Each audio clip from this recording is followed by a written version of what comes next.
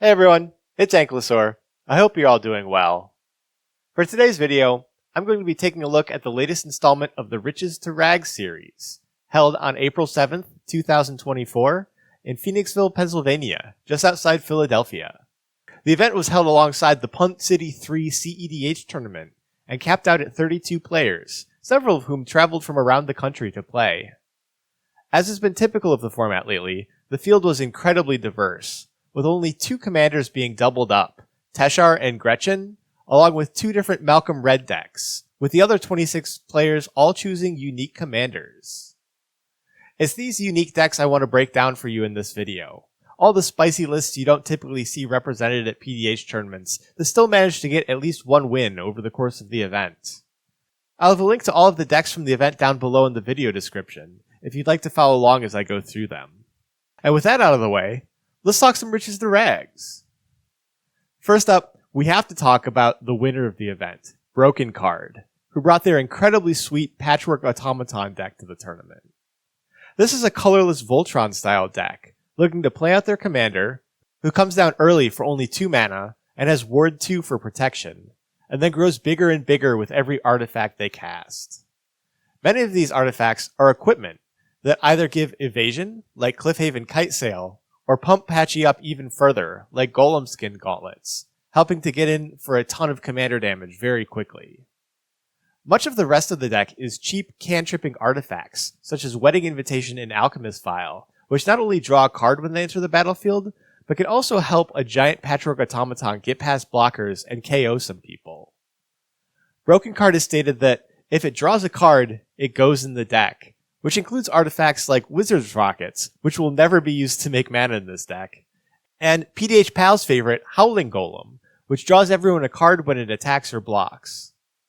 These are in here because each of these little card draw effects also puts a +1/+1 counter on Patchy when it's cast, and helps draw into the meat of the deck, the equipment that help close out the game. The deck is pretty all in on this plan, as, being colorless, it doesn't have a ton in the way of interaction, having to play more inefficient cards like Introduction to Annihilation and Goblin Firebomb to deal with problematic permanents. However, when you're able to play out your commander on turn 2 and grow it into a 4/4 or bigger on turn 3, you're much happier spending your mana on ways to get it into the red zone anyways. So, congrats to Broken Card on their win, and I hope we'll see more of Patchwork Automaton in the near future. Next, we have a deck that I discussed in the Sanctuary Open Series 4 video, which is Wilson Far Traveler, piloted again by Hive Cryptid, this time to a top 4 finish. I wanted to mention this deck briefly because 1, it's still spicy, and 2, to highlight a couple changes to the list from the previous event. In case you're unfamiliar with the deck, this is a mid-range Selesnya deck with a Voltron-style finish, looking to enchant Wilson with powerful auras like Armadillo Cloak and Ancestral Mask to crash in for huge amounts of commander damage. But the deck also has a heavy blink theme, thanks to Far Traveler, looking to reuse the enters the battlefield effects on cards like Roving Harper and Search Party Captain to keep drawing cards and pull ahead on resources over the course of the game. These 2 creatures are new additions to the deck, replacing the bounce creatures like Core Skyfisher and Aviary mechanic from the Sanctuary tournament build. Hive also added a couple more protection spells, like Ward of Lights and Snake Umbra, which can help keep the bear alive, and maybe even draw more cards in the process. It's awesome to see the evolution of this very sweet deck, and, as a Satyr Enchanter enjoyer myself, I'm looking forward to picking up this list and jamming some games with it in the near future.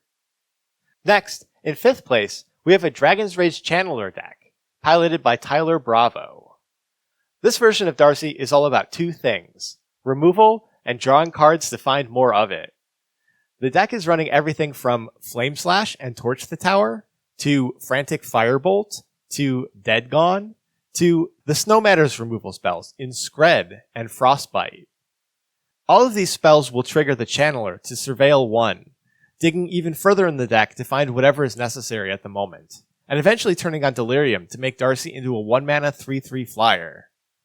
We also have some Impulse draw in the deck, as with Reckless Impulse and Ren's Resolve, as well as draw spells like Electric Revelation and Demand Answers, to keep the cards flowing and fill up the graveyard in the process.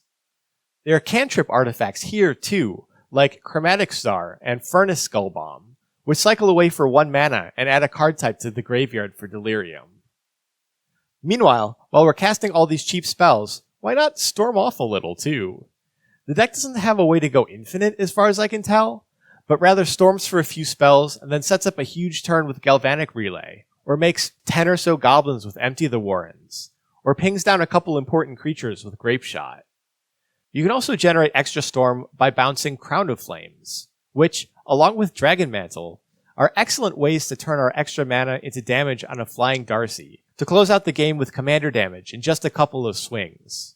It's a sweet build of the deck, and I'm glad to see it got a couple of wins at the event. Next up is perhaps the spiciest deck of the tournament, and that's Bobby Fine's Fleshformer list. There's a lot going on with this one, so let me see if I can break some of it down. At its heart, this is a combo deck based on 60-card Pauper's Cycle Storm lists, filled with big creatures that cycle for 1 mana, like Imposing Vantasaur, Monstrous Carabid, and a Dranis Stinger to ping down the table. You get access to Songs of the Damned to turn those cycled creatures into a huge burst of mana, and Reaping the Graves to get them back and cycle them some more. However, the real combo of the deck is Seeker of Skybreak and Hanger Scrounger. The idea is, you back up the Hanger Scrounger onto Seeker of Skybreak, so that whenever it becomes tapped, you get to rummage away a card. Then, you tap the Seeker, targeting itself to untap when the ability resolves.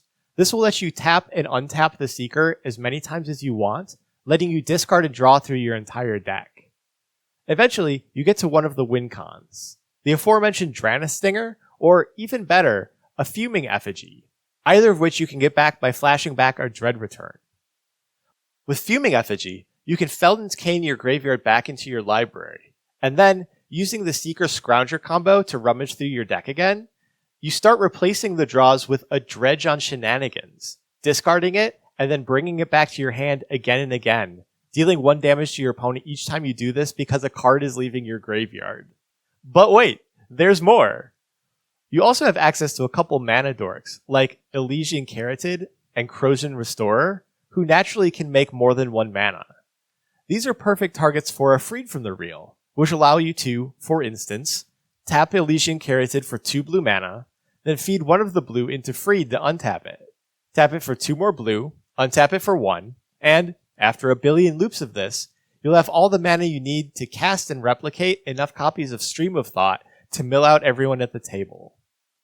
I'm sure there are even more winning lines with this deck than I've covered here, as the list has a ton of moving pieces to it. But I'm super stoked to have a new combo deck in the format, and it's awesome to see it get 2 wins at the event as well. Next, we have a deck that has fallen off the radar in recent years, and that's Tormod the Desecrator and Ghost of Ramirez de Pietro. This was one of the decks to beat back before I got into the format about a year ago, and these days, it's very rare to see a Gormod list in the wild. It's primarily a Dimir control deck, looking to leverage Ghost of Ramirez's ability to grind a bunch of card advantage, turning pieces of the puzzle into a 3-mana draw 3 for instance, or allowing you to transmute cards like Perplex and then return them to your hand with Ghost's Trigger.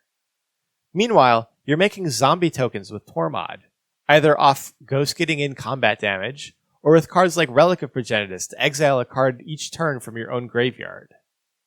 These zombies are perfect for chipping in for damage or blocking, but you can also sacrifice them to something like Brine Shaman to counter scary creature spells if you need to.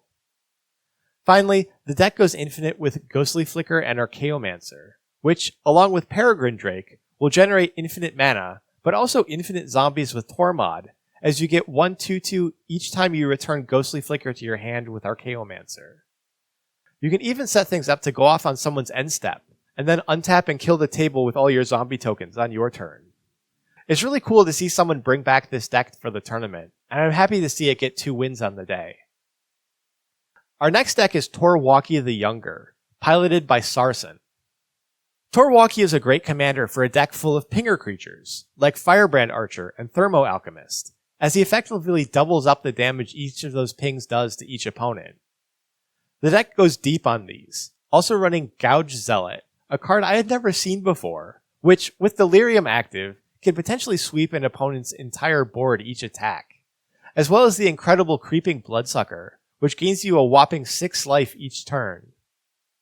Speaking of life gain, the deck has a variety of ways to turn its pingers into lifelinkers, including Unexpected Fangs and Return to Action, which, along with Torwaki's natural lifelink and damage-dealing triggered ability, means aggro decks are going to have a rough time chewing through all of your life points. And if you're facing down another deck that gains a ton of life, Tainted Strike and Phyresis have you covered, allowing a pinger to infect the table with poison counters and winning you the game out of nowhere. Finally, to wrap up, we have 3 decks that each got 1 win at the tournament. The first of these is Indulging Patrician, piloted by Prince Penta on Moxfield.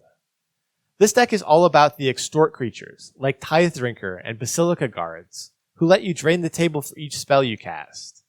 Because extort gains you life equal to the amount of damage dealt, in a 4-player pod, this is conveniently just enough life to trigger your commander, doming each opponent for an additional 3 on your end step. This damage adds up really quickly, and with finishers like Epicure of Blood and Grey Merchant of Asphodel, you can drain out the table very efficiently.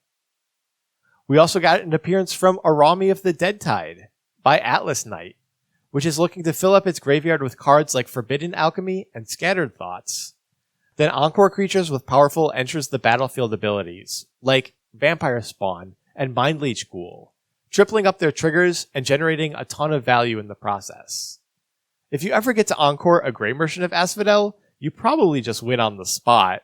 And special shout out to Impaler Shrike, which is nutty in this deck, drawing you up to 9 cards when each of the Encore copies connect for damage. And last but not least, we have a sweet Blaze Commando brew from Squirrel Lord. This deck is split between instants and sorceries that deal damage to make hasty soldier tokens, and then buff up those soldiers with things like Veteran Swordsmith and Raid Bombardment to get in for big chunks of damage. I love a good massive raid/mob justice deck, and this looks like a great one, even making you more soldiers once the spell connects. For fans of big splashy commanders, this is a list that looks like a ton of fun. So, there you have the spiciest decks from Riches to Rags 4. Again, these are all lists that don't see a ton of play from among the decks that won at least 1 match at the tournament.